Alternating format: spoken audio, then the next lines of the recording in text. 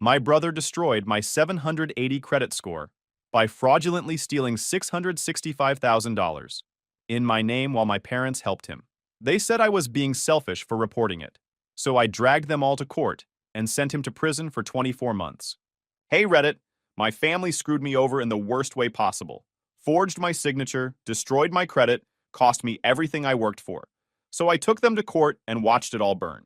But before we get to that, let me start from the beginning. Hey, Jake here, 29, been working construction since I was 19. Foreman now at a mid-sized company in the city. I rent a decent apartment, drive a 2015 F-150 I bought with cash 5 years ago. Nothing fancy, but it's paid off and runs fine.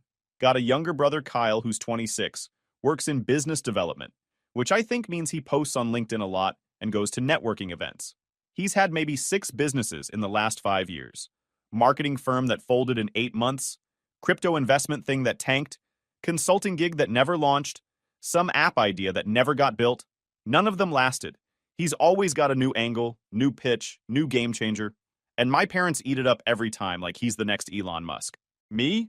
I was just the steady one, the boring one. Anyway, last Tuesday I'm sitting on a stack of lumber during lunch break eating a sandwich when my phone rings. Unknown number but local area code, so I pick up. Is this Jake Brennan? Yeah, who's this? This is Monica from First Liberty Bank. I'm calling about your mortgage account ending in 4758. You're currently 90 days past due, and we need to discuss your options before we proceed with foreclosure proceedings. I actually laughed, like genuinely laughed, because I thought it was a scam call. Lady, I don't have a mortgage. I rent an apartment on Sullivan Street. You got the wrong person. There's this pause and I hear her typing. Sir, I'm looking at an account opened in March 2022 under your name and social security number. The original loan amount was $590,000 for a property investment mortgage. Are you saying you didn't open this account? My sandwich hit the dirt. I'm standing up now and my coworker Dave is looking at me weird. I've never taken out a mortgage in my entire life. I've never even owned property. More typing sounds. Mr. Brennan, according to our records, you have an outstanding balance of $590,000 plus late fees and interest. This account has your verified signature on all documents. If this is fraud, you need to file a police report immediately and contact our fraud department. She gave me a number and hung up. I stood there for like 3 minutes, just staring at my phone. Dave asked if I was good, and I told him I had to make some calls. I went to my truck and pulled up my credit report on my phone. Took forever to load because I was parked in a dead zone, but when it finally came up, I felt like I was going to throw up. Credit score, 520. 3 years ago when this started, it was 782. Over the years, it dropped to around 745 to 750 as these fraudulent accounts piled up. Just gradual enough that I figured it was normal fluctuation from increased credit utilization or whatever. But 3 months ago, when the payment stopped, it cratered to 520. I've been planning to buy a house. Actually, I wasn't just planning. I was literally in the process. I had an accepted offer on a small 3-bedroom ranch about 20 minutes from work. My closing date was scheduled for next Friday. Next Friday. I scrolled down, and there it was. A mortgage account I'd never seen before. Opened March 2022. Current balance $590,000. Status: 90 days delinquent. Wait, March 2022. That was over 3 years ago. I stared at the screen. Then I looked at the payment history. Minimum payments made every month from March 2022 through December 2024. Then nothing. 3 months of missed payments starting January 2025. Here's the thing about credit monitoring. You're looking for red flags. Late payments, collections, inquiries you didn't authorize. These accounts? They showed up as current, paid on time, and the names were generic as hell. First Liberty mortgage account could have been anything. I figured maybe it was a reporting glitch from when I refinanced my truck, or some data merge error. You know how credit reports are. They're a mess of codes and account numbers. And I was watching my score. That seemed normal for someone carrying a truck loan and regular credit cards. The debt-to-income ratio went up, but not alarmingly. I made a mental note to dispute it when I had time, but it wasn't urgent because nothing was delinquent. Then Kyle stopped paying. All 3 accounts went from current to 90 days past due in the same month. That's when alarm bells finally went off, and I pulled the full detailed reports instead of just checking my score. But wait, there's more. 2 credit cards I definitely didn't open. One with a $40,000 limit, maxed out. Another with $35,000, also maxed. Both showing the same pattern, Paid on time until January, then nothing. Both showing as delinquent.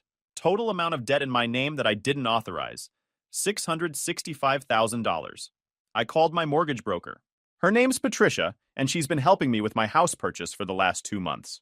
Hey Patricia, it's Jake Brennan. I need to talk to you about something urgent. Oh Jake, I was actually just about to call you. We got a credit alert this morning. There's been some activity on your report that's affecting your debt-to-income ratio. I'm looking at it now, and I'm seeing some accounts that weren't there during your pre-approval. Can you explain what's going on? I can't explain it because I didn't open them. Someone stole my identity. Long silence. Jake, I'm really sorry, but we can't move forward until this gets resolved. The underwriter won't approve this. How long will it take to fix? If it's actual fraud, could be months, maybe longer. The house was gone. Just like that. 5 years of saving, overtime, skipping vacations, all wiped out. I drove home early. Told my boss I had a family emergency, which I guess technically wasn't a lie. Got to my apartment and just sat on the floor with my laptop pulling up every document I could find. Bank statements, old emails, tax returns, anything that might tell me what happened. That's when I remembered I had a box in my closet. Stuff from when I moved out of my parents' place 6 years ago. Old paperwork, some tax documents, random stuff I kept meaning to shred but never got around to. I dumped it out on my living room floor and started going through everything. Found it about halfway through the pile. Mortgage application, First Liberty Bank, $590,000 loan amount. Property type, investment rental. My name, my social security number, my date of birth, and at the bottom, a signature that looked almost exactly like mine. Almost. I sign my name probably 50 times a week for work orders and delivery confirmations. I know what my signature looks like. There's this little hook I do on the J and Jake. It's not something I think about, it just happens every single time. This signature didn't have it. The J was too smooth, too practiced. Like someone had been copying my signature over and over until they got it close enough. I sat there staring at that paper for probably 20 minutes. Someone forged my name, destroyed my credit, and took away the house I'd been working toward for 5 years. And I was starting to have a pretty good idea who it was. My brain's trying to make this not be what I think it is, but it's not working. 3 years ago, summer 2021, my parents threw Kyle a party because he was supposedly launching a consulting business. I showed up after work still in my boots. Kyle pulled me aside at the grill, asked me to co-sign for business accounts. Just paperwork, you're not actually liable. I told him no. Straight up. Mom came up 10 minutes later, said I should be more supportive of Kyle's dreams. I told her I wasn't putting my credit on the line for another failed business. She walked away looking disappointed. That was the last I heard about it. Kyle never brought it up again. I didn't think about it until right now. Found old texts from June 2021. Kyle asking to grab old tax forms from my place. I'd said no, told him to call the IRS. But my spare key was under the mat back then. He knew where I kept my documents. He could have come by any time. I kept digging through the box. Found my tax returns from 2022 and 2021. Found old pay stubs. Then I found a printed credit report from December 2021. I'd pulled it because I was thinking about getting a better credit card. Score was 782. I remembered being happy about that. At the top of the page, I'd written my signature in pen. I put that paper next to the forged mortgage document. Almost identical. Same slant. Same letter formation. Except the J. He'd practiced using this. My phone rang. Sarah, my girlfriend of 8 months. Hey, baby, how was work? I didn't know where to start. Can you come over? I need to talk to you. What's wrong? Just come over, please. She showed up 30 minutes later. I was still on the floor with papers everywhere. Jake, what the hell is going on? I told her everything. The bank call, the mortgage, the credit cards, my tanked credit score, the house I just lost. When I finished, she picked up the mortgage document. This isn't your signature. I know. Kyle's been making minimum payments for 3 years to keep it hidden. Then he stopped and everything fell apart at once. So who would forge this? Who has access to your information? I didn't answer right away because saying it made it real. I think it was Kyle. Sarah knows my family. She's been to dinners, heard the stories. She knows how my parents treat Kyle like he's some genius while I'm just the reliable one who doesn't cause problems. Your brother? Jake, that's insane. He asked me to co-sign something 3 years ago, right when this mortgage was opened. I said no. He had access to my apartment. He knew where I kept documents. I showed her the texts. The old credit report with my signature. The forged signature that was just different enough. She read everything twice. What are you going to do? I need to talk to him. When? Sunday. My parents are having their monthly family thing. He'll be there. Sarah looked at me for a long time. You really think he'd do this? I don't want to think that. But yeah, I do. She stayed over that night. We ordered food and sat on the couch. I couldn't focus on anything. Kept running through how the conversation with Kyle was going to go. Sunday was 2 days away. 2 days to figure out what I was going to say and how I was going to handle whatever came next. 2 days to prepare for my entire family to either believe me or think I was losing it. Sunday came faster than I wanted. Sarah asked if I wanted her to come, but I said no. This was something I needed to do alone. My parents live about 20 minutes outside the city. They do this family thing once a month, burgers on the grill. Used to be nice, but the last few years it's basically the Kyle show. I got there around 2. Dad Cliff was at the grill. Mom Arlene was setting up plates. Kyle wasn't there yet. Typical. Jake, honey, you're early. Mom hugged me. Where's Sarah? She had stuff to do. Dad nodded at me.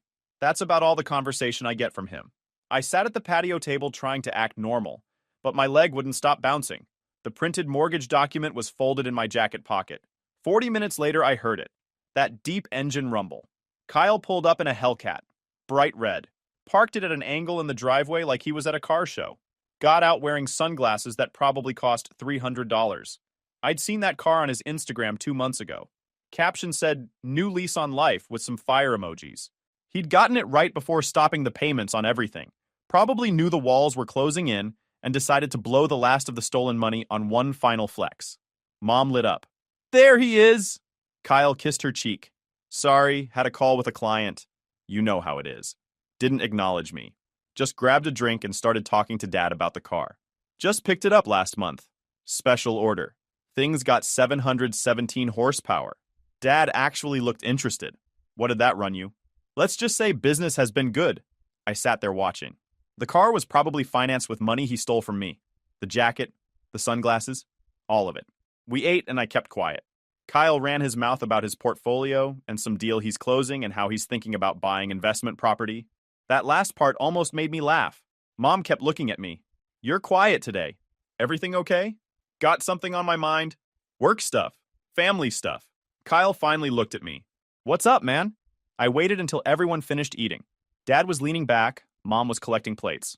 Kyle was on his phone. So I got an interesting call last week. Kyle didn't look up. Yeah? From a bank. About a mortgage. His scrolling stopped. Just for a second. Cool? You finally buying a place? No. The mortgage is already open. 3 years. $590,000. Except I never applied for it. Mom stopped. Dad put his drink down. Kyle laughed. Dude, that's identity theft. You should report that. I plan to. Funny thing, though. The signature looks exactly like mine. Well, yeah, that's how identity theft works. I pulled the document out and put it on the table. Anyone want to explain this? Dead silence. Kyle's face changed. The cocky smile dropped, and I saw panic before he got it back. Where'd you get that? My files. The apartment you asked to visit 3 years ago for tax forms. Remember? Mom picked up the paper. Jake, sweetie, what are you saying? Someone forged my signature and took out a $590,000 mortgage in my name, plus 2 maxed credit cards I never opened. My credit score dropped 260 points. I just lost the house I was buying. Kyle stood up. Okay, bro, you're clearly confused. Maybe you signed something and forgot. I didn't forget. Then call the cops, but don't sit here acting like I had something to do with it. You asked me to co-sign paperwork 3 years ago. I said no. This mortgage was opened 2 months later. Dad spoke. Jake, are you accusing your brother? I'm asking if anyone knows anything. Kyle threw his hands up. This is insane. Why would I need to steal your identity? Because your last 3 businesses failed and you're always broke. Okay, you know what? Screw this. Kyle got in my face. You really want to do this at a family dinner? I stood up. Yeah, I really want to do this. That's my name on fraudulent paperwork. My credit that's destroyed. My house I can't buy. Mom stepped between us. Both of you stop. Jake, you can't just throw accusations. I'm asking a question and nobody's answering. Kyle laughed. You're pathetic. Something bad happens and you blame me. Maybe you're too stupid to remember signing it. Kyle. Mom's voice went sharp. No, seriously. He comes here trying to ruin a nice day because he's got money problems. I don't have money problems. I have a fraud problem. Dad stood up. That's enough. Jake, if this is fraud, handle it through proper channels. Don't point fingers at family. Proper channels. So the cops. Mom's face went white. Don't be ridiculous. We can figure this out privately. Family handles things privately. Family doesn't commit fraud. Kyle moved toward me. You really gonna be a little bitch about this? I'm gonna be smart about it. That's the difference between us. What's that supposed to mean?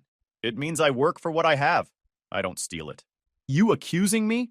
Say it to my face. Did you forge my signature, Kyle? No.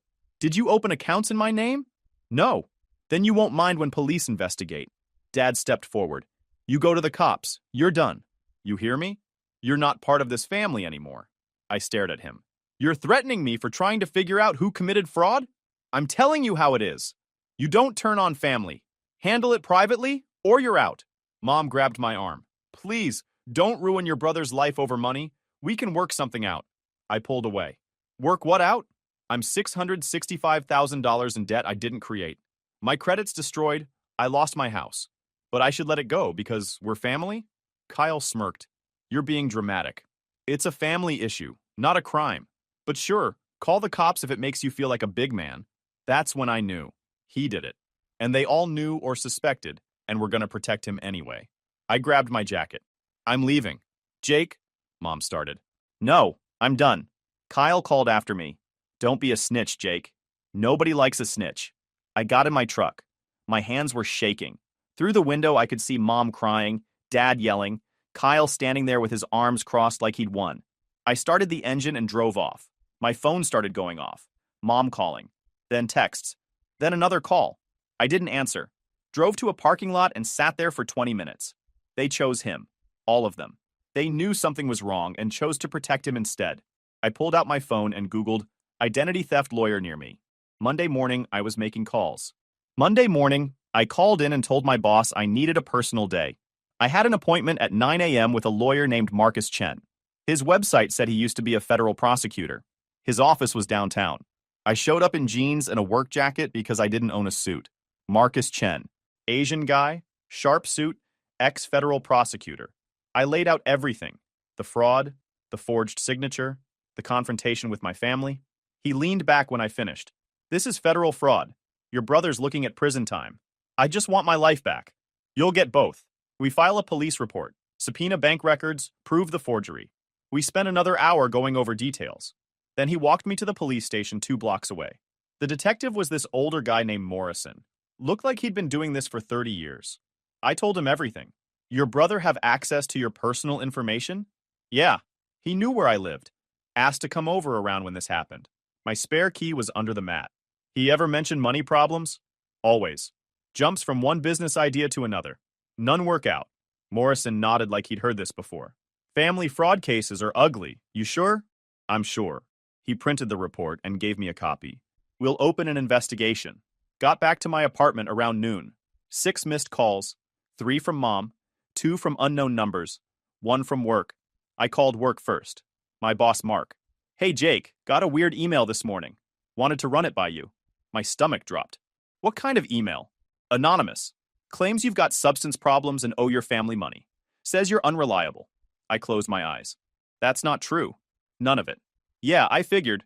You've been here 6 years. Never had issues. But what's going on? I explained everything. The fraud. Kyle. The police report. Mark listened.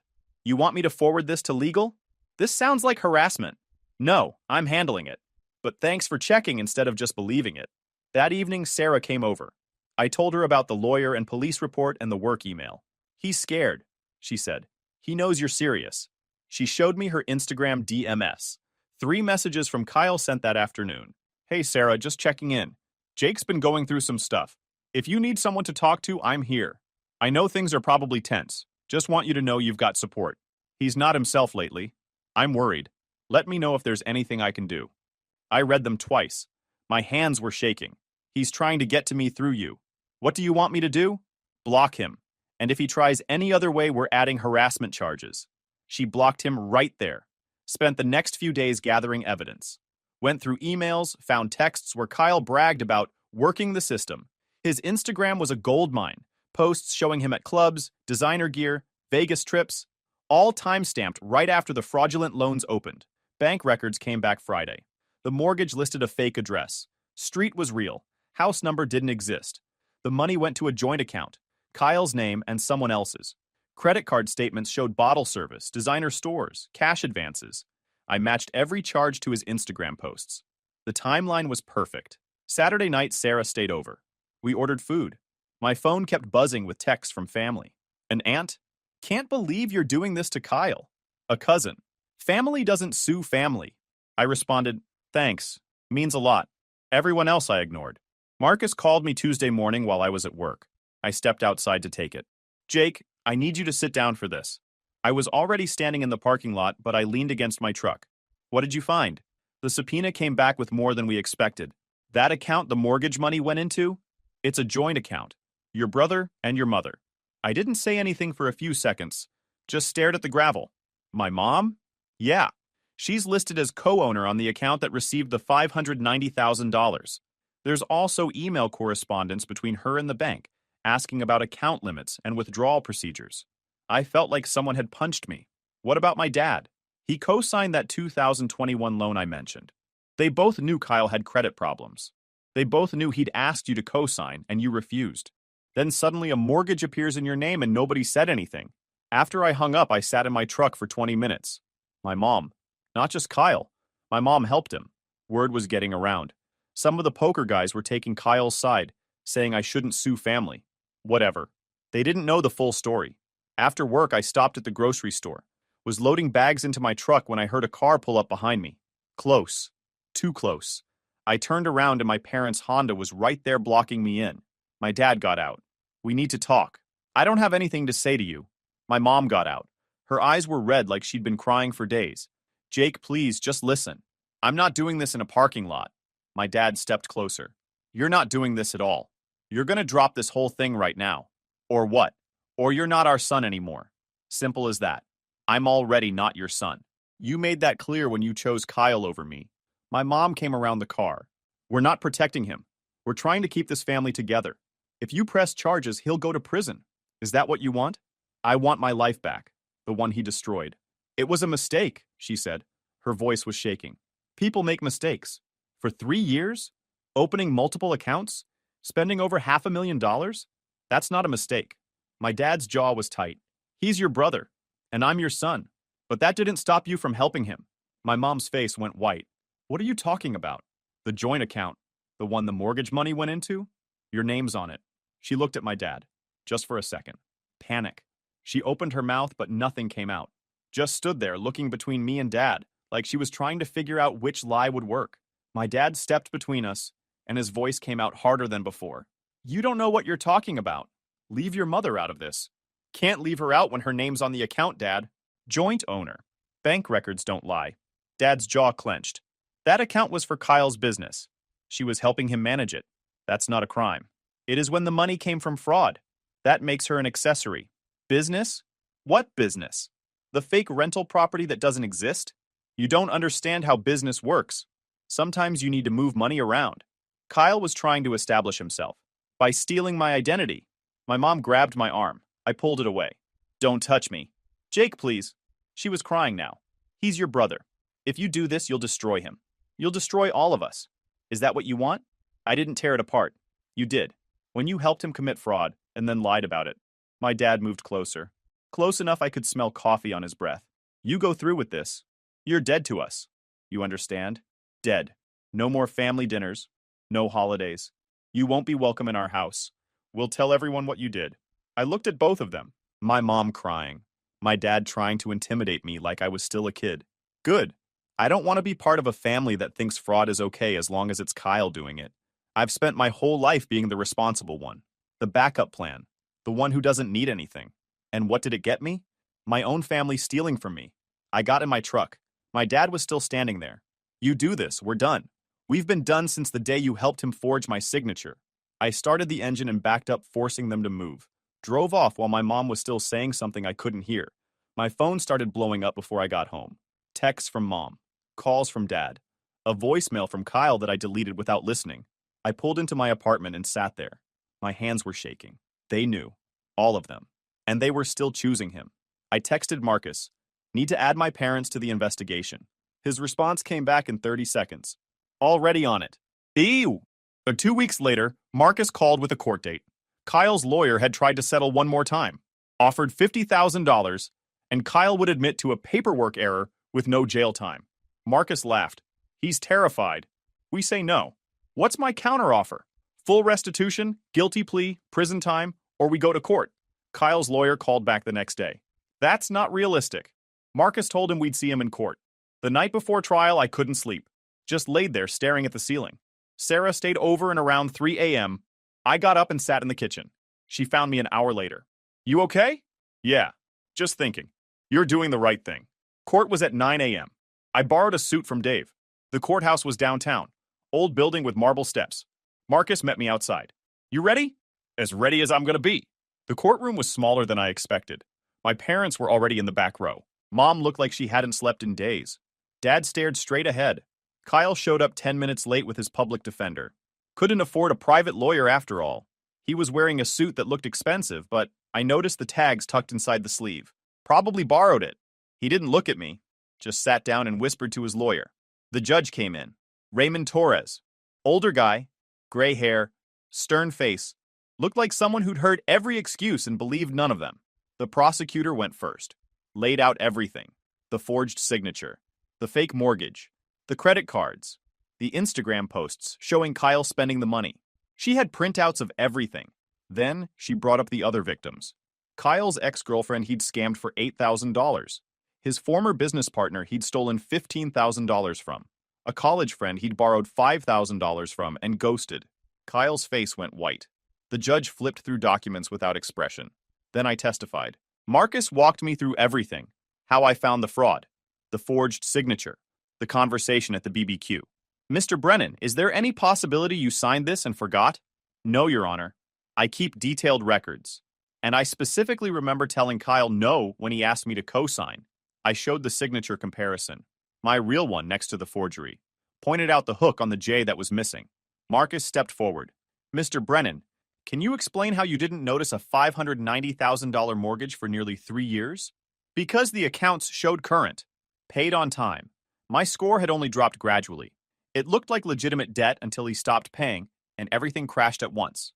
When did you realize something was wrong?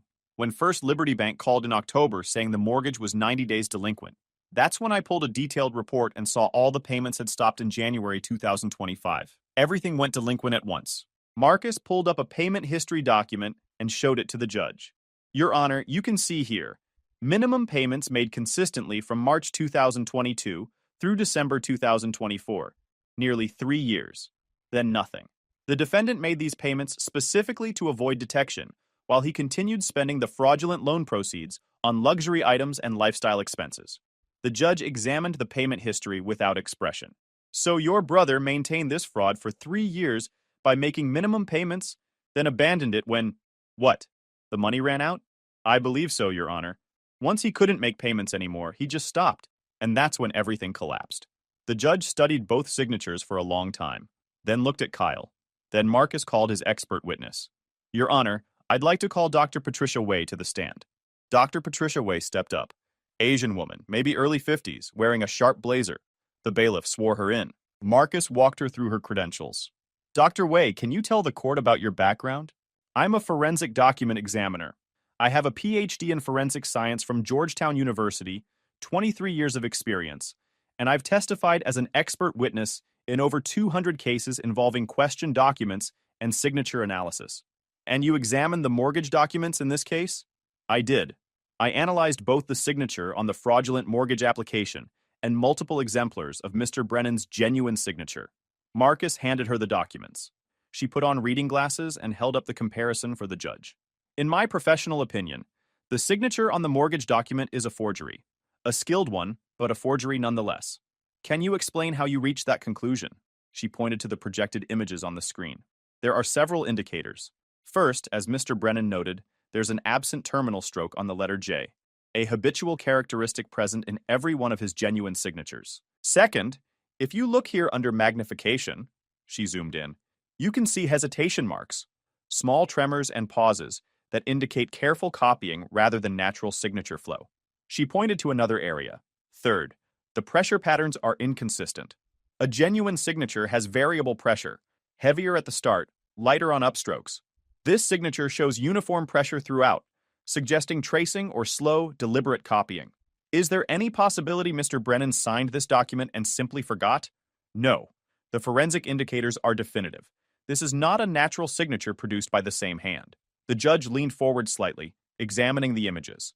Thank you, Dr. Wei. Kyle's lawyer cross-examined me. Asked if I had reason to lie. No. I just want my credit fixed. Kyle took the stand. His lawyer had coached him. He looked remorseful. Spoke quietly. I made a mistake. I thought I could pay everything back before Jake noticed.